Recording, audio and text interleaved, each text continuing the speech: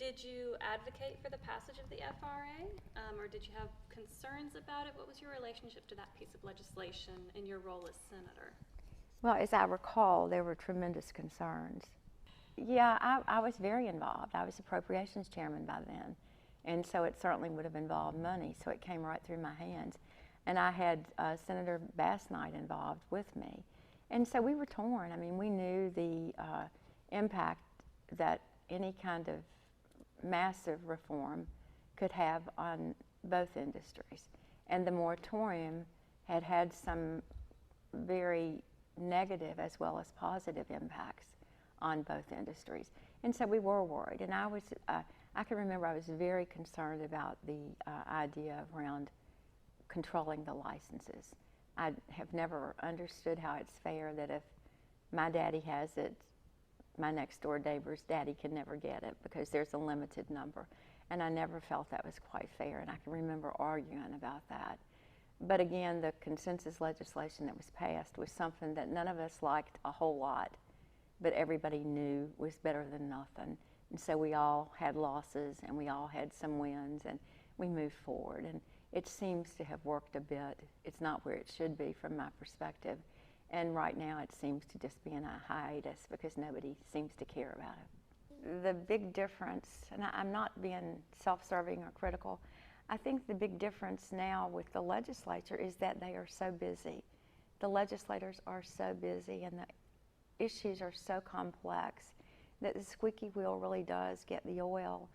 And I wonder if there were marches like there were around the issue today, and if there were associations that were as energized and organized around fisheries as there were when I was involved, if the passion wouldn't reemerge. I can remember at one hearing, maybe it was the same Down East hearing, that one of the wives got up and spoke on behalf of the commercial fishing industry. And she told the stories as I tell them. I think people relate better to stories.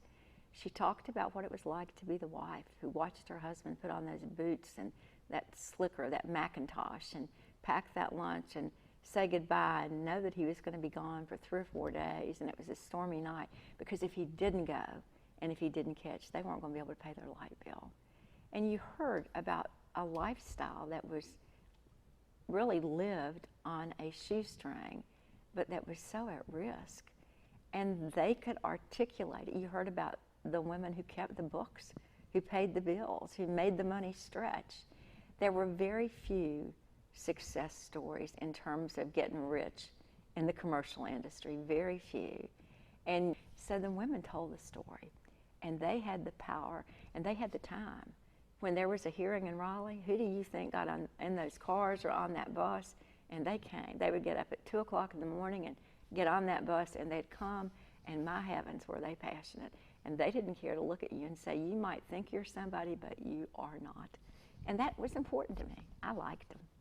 That kind of energy around fishing, again, I would hope that it isn't because of a lack of passion or anger or organization from the folks who are involved in the industry. But there's some reason. There's some reason it is not even near. I'm not even sure. My mother used the analogy, it's not on the front burner, Bev. The burner's in this issue, I'm not sure it's in the kitchen anymore. You know,